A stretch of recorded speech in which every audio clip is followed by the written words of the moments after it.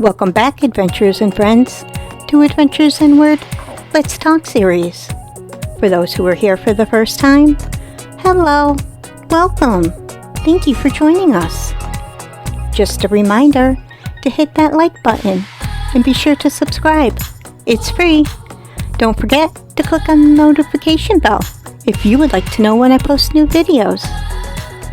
Today, we will be talking about how to recover when a loved one dies suddenly and unexpectedly. So get comfy cozy, open your heart, open your mind, and let's get into it. It changes you forever. The news arrives, and time stops. There are few things in life as devastating as the sudden and unexpected death of a loved one. As your world descends into chaos and you're flooded with despair, you feel like you're trapped in a nightmare and can't wake up. How could this happen? It can't be true. A sudden and unexpected death shatters our sense of security. We prefer to believe that our loved ones are safe from harm.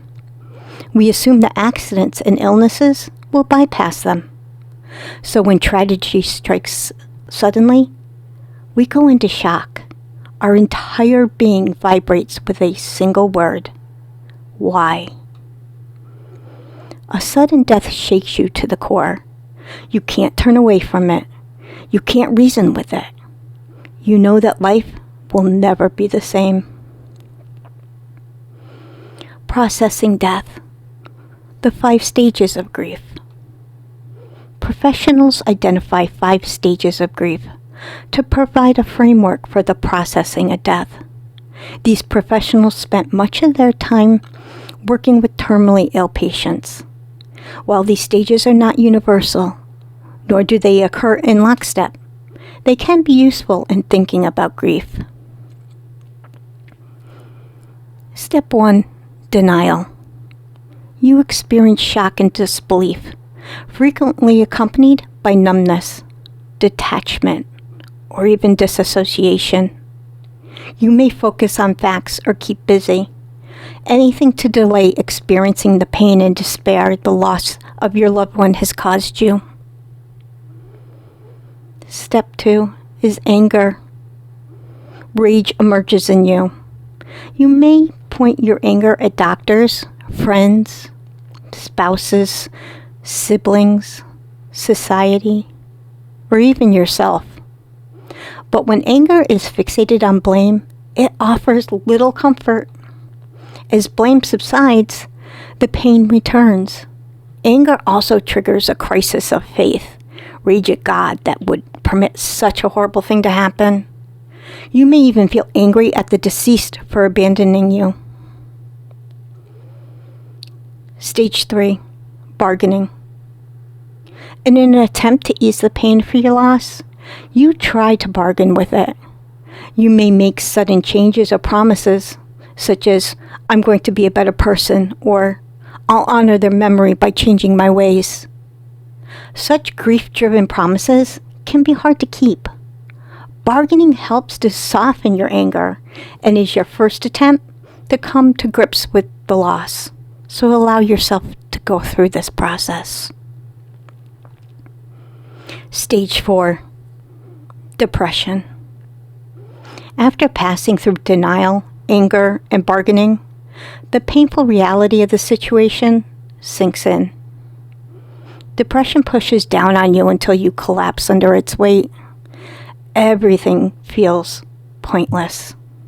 Exhaustion plagues you. You may fall back on self-destructive habits such as overeating, sleeping, or isolating. Such patterns exist in your life before the loss and frequently increase during the depression stage. Stage 5. Acceptance. You begin to accept your new reality.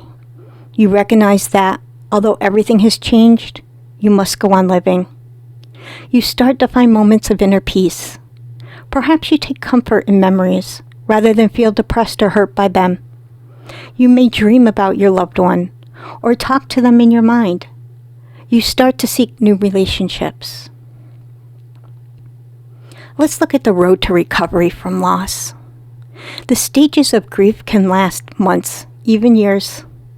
Everyone passes through them differently. To help yourself recover, consider the following suggestions. First, seek support. A community of friends and family can be a great comfort after a loss. Accept whatever relief that they can offer, and don't be afraid to ask for more. 2. Reach out. Isolation after a loss is common, but too much of it breeds depression. Reach out to others, enroll in a bereavement group, or find a religious community or meditative practice that offers you peace. 3. Maintain self-care.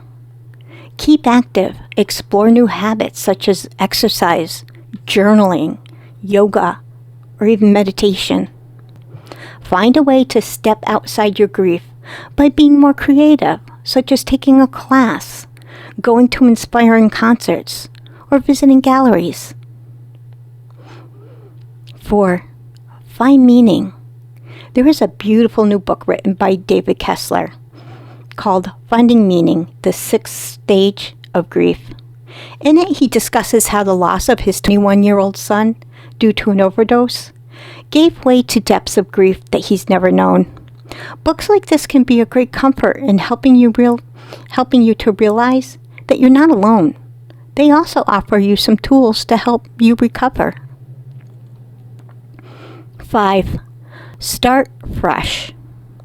At some point, you'll have a choice to make. Do you let grief shrink your life and hold you hostage? Or do you try to move forward?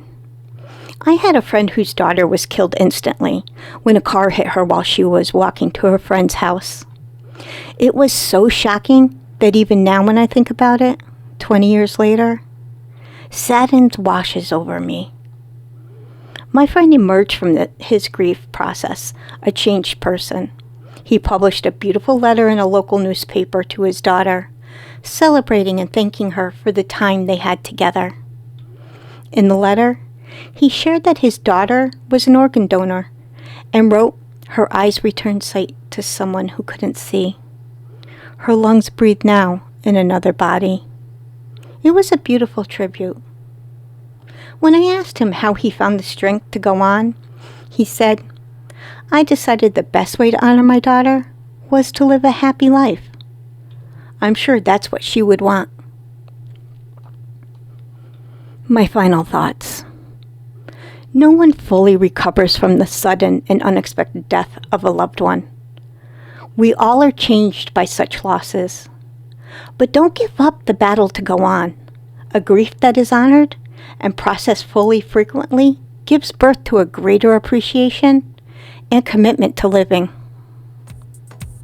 Remember to be kind to yourself, give yourself grace, and always, always love yourself. Thank you for joining me.